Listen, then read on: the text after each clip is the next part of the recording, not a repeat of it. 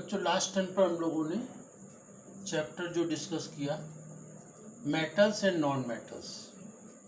Metals और non metals chapter में हम लोगों ने डिस्कस किया था बॉन्ड्स कितने प्रकार के होते हैं, टाइप्स ऑफ बॉन्ड्स, ठीक है ना, जिसमें पढ़ा था 3 प्रकार के बॉन्ड्स होते हैं, 3 टाइप्स ऑफ बॉन्ड।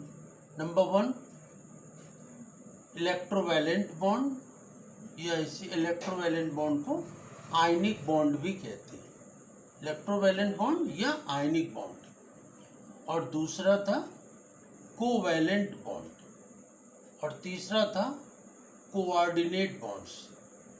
तो 3 प्रकार के ये बॉन्ड्स हम लोगों ने डिस्कस किए थे, इनकी डिफिनीशन विद एग्जाम्पल। अब आज उसी के आगे हम लोग डिस्कस करते हैं कि जो इलेक्ट्रोवैलेंट कंपाउंड्स होते हैं, इलेक्ट्रोवैलेंट कंपाउंड या आयनिक कंपाउंड्स, इलेक्ट्रोवैलेंट कंपाउंड्स को ही क्या कहते हैं, आयनिक कंपाउंड्स कहते हैं। तो इनकी स्पेशलिटी होती क्या, इनकी प्रॉपर्टीज क्या होती जो इलेक्ट्रोवैलेंट या आयनिक कंपाउंड्स होते हैं, कैरेक्टरिस्टिक प्रॉपर्टीज ऑफ इलेक्ट्रोवैलेंट या और आयनिक कंपाउंड। तो इलेक्ट्रोवैलेंट कंपाउंड होते हैं या आयनिक कंपाउंड होते हैं, इनकी क्या प्रॉपर्टीज होती हैं उसको आज डिस्कस करते हैं, ठीक है। तो इसमें नंबर 1 है फिजिकल स्टेट एंड स्टेबिलिटी। तो जो आयनिक कंपाउंड होते हैं, इलेक्ट्रोवैलेंट कंपाउंड होते हैं, उनकी फिजिकल स्टेट क्या होती है। फिजिकल स्टेट 3 प्रकार की होती है, सॉलिड, लिक्विड, गैस। तो जो आयनिक कंपाउंड होते हैं या इलेक्ट्रोवैलेंट कंपाउंड होते हैं वो मोस्टली सॉलिड होते हैं। जिनमें भी आयनिक कंपाउंड होगा, जो भी उनमें आयनिक बॉन्ड होंगे, तो वो कंपाउंड्स, आयनिक बॉन्ड वाले कंपाउंड्स, आयनिक कंपाउंड कैसे होंगे, सॉलिड, मोस्टली सॉलिड होते हैं। कुछ एक्सेप्शनल केस को छोड़कर मोस्टली सॉलिड होते हैं, ठीक है ना। और उनकी स्टेबिलिटी भी होती है, उनका स्थायित्व भी रहता है और मोस्टली सॉलिड होते हैं, ठीक है ना। कुछ एक्सेप्शनल केस हैं जिनमें कि जैसे कि ब्रोमीन है या आयोडीन है, जैसे कि मरकरी होता है, Hg। मरकरी Hg है तो मेटल्स, ठीक है ना, आयनिक बॉन्ड भी बनाता है, आयनिक कंपाउंड भी है, बनता है, लेकिन इसमें क्या हो जाता है, ये लिक्विड में होता है, लिक्विड फॉर्म में होता है। वैसे मोस्टली जितने भी आयनिक कंपाउंड्स होते हैं सब सॉलिड होते हैं और उनमें स्टेबिलिटी होती है। सेकेंड पॉइंट है high melting and boiling points. इसका जो मेल्टिंग और बॉइलिंग पॉइंट होता है वो बहुत ही हाई होता है। आयनिक कंपाउंड में लैटिस होता है, मतलब इनके जो मॉलिक्यूल्स होते हैं उनके बीच में एक जाल सा बनता है, तो एक जिसे हम लैटिस कहते हैं, जाल होता है, जिसके कारण इसमें इलेक्ट्रोस्टैटिक फोर्स लगता है। इनके बीच में क्या लगता है, इलेक्ट्रोस्टैटिक फोर्स लगता है। इसके कारण वो बहुत ही मजबूती से उनके मॉलिक्यूल्स आपस में बंधे रहते हैं, ठीक है ना, और इसीलिए मोस्टली ये सॉलिड होते हैं। और जो इलेक्ट्रोस्टैटिक फोर्स लगता है इनके मॉलिक्यूल्स के बीच में, जिसके कारण ये सॉलिड होते हैं, तो उसको ब्रेक करने में बहुत ही हाई एनर्जी की ज़रूरत होती है, अधिक टेम्परेचर की ज़रूरत होती है, इसीलिए इनका मेल्टिंग और बॉइलिंग पॉइंट हाई होता है, ठीक है ना। तो जितने भी आयनिक कंपाउंड्स होते हैं या इलेक्ट्रोवैलेंट कंपाउंड होते हैं, उनका क्या होता है, जो मेल्टिंग पॉइंट और बॉइलिंग पॉइंट हाई होता है, क्योंकि इनके बीच में बहुत ही पावरफुल मॉलिक्यूल्स के बीच में इलेक्ट्रोस्टैटिक फोर्स होता है, जिसके कारण ये इसको ब्रेक करने में, तोड़ने में हाई टेम्परेचर, हाई एनर्जी की जरूरत पड़ती है। थर्ड पॉइंट है hard and brittle nature. Hard and brittle nature. तो ये हार्ड एंड ब्रिटल नेचर क्या होता है, मतलब कि जितने भी आयनिक कंपाउंड होते हैं बहुत ही हार्ड होते हैं, बहुत कठोर होते हैं, ठीक है ना, बहुत ही हार्ड और कठोर होते हैं। और ब्रिटल नेचर, ये टूट जाते हैं आसानी से, ठीक है ना, ये बहुत ही आसानी से गिरने पर या पीटने पर टूट जाते हैं, मोस्टली ब्रेक हो जाते हैं, ठीक है ना। तो ये हार्ड एंड ब्रिटल नेचर होता है। तो इसमें ये हार्ड एंड ब्रिटल नेचर होते हैं, बहुत ही कठोर होते हैं, टूट जाते हैं, ब्रिटल नेचर होता है इसका। तो ये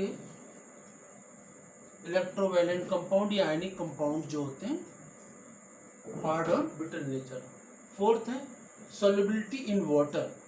तो मोस्टली जितने भी इलेक्ट्रोवैलेंट कंपाउंड या आयनिक कंपाउंड होते हैं वो वाटर सोल्यूबल होते हैं, जल में घुल जाते हैं सभी, मोस्टली सब पानी में घुल जाते हैं, जल में घुल जाते हैं, तो वाटर सोल्यूबल होते हैं, ठीक है ना, क्योंकि वाटर का डाई इलेक्ट्रिक कांस्टेंट बहुत हाई होता है और ये क्या करते हैं, जो इलेक्ट्रोस्टैटिक फोर्स होता है, जो आयनिक बॉन्ड होते हैं इनमें, वो ब्रेक आसानी से हो जाते हैं।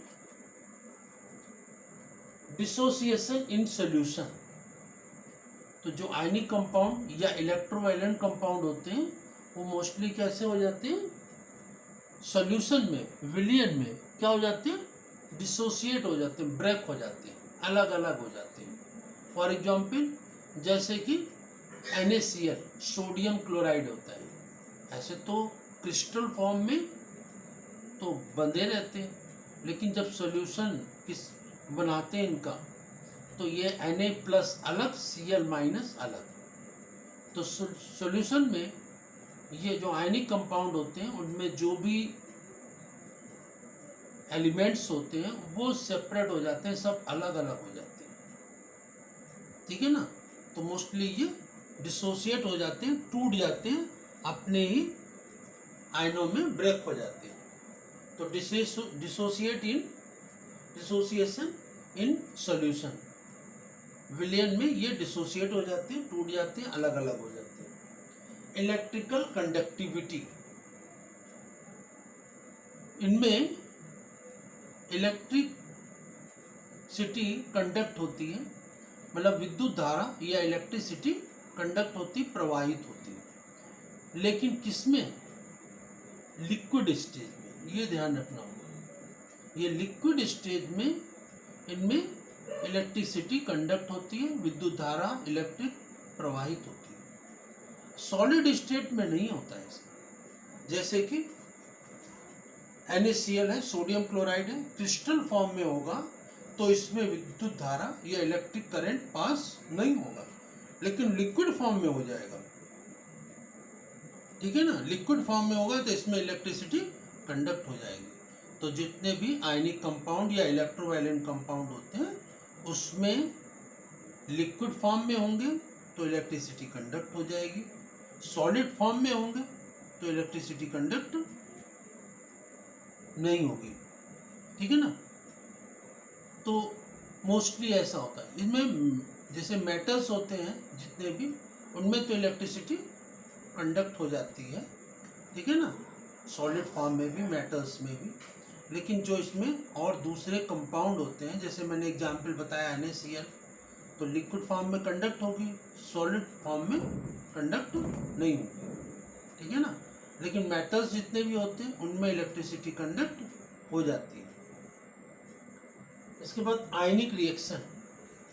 तो जितने भी आयनिक कंपाउंड होते हैं या इलेक्ट्रोवैलेंट कंपाउंड होते हैं, इनमें जो रिएक्शंस होते हैं वो आयनिक रिएक्शंस होते हैं, मतलब कि इसमें आयंस पहले ब्रेक होते हैं, आयंस फॉर्म होते हैं और फिर अपोजिट आयंस आपस में मिलते हैं, प्लस माइनस से, माइनस प्लस से, प्लस माइनस से मिलते हैं, तो इसी को आयनिक रिएक्शन कहते हैं। और आयनिक रिएक्शन जो होती हैं वो बहुत ही फास्ट होती है, बहुत तेज होती है, वेरी फास्ट, ठीक है ना। जो आयनिक रिएक्शन, जो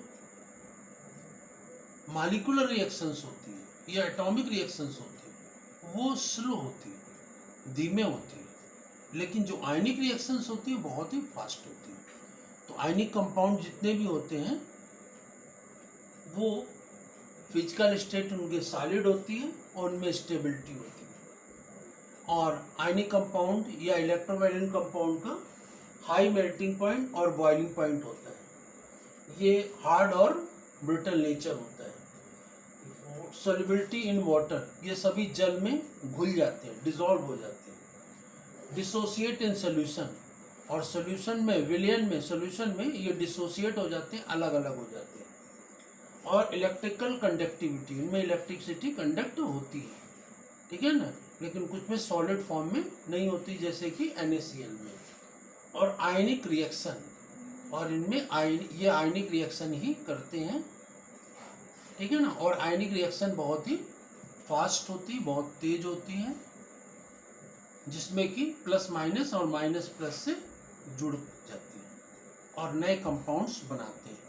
तो इस प्रकार से ये जो कैरेक्टरिस्टिक प्रॉपर्टीज ऑफ इलेक्ट्रोवैलेंट या आयनिक कंपाउंड्स क्या क्या होते हैं वो हम लोगों ने डिस्कस कर लिया। अब नेक्स्ट टर्न पर इसी के नेक्स्ट टॉपिक को हम लोग डिस्कस करेंगे।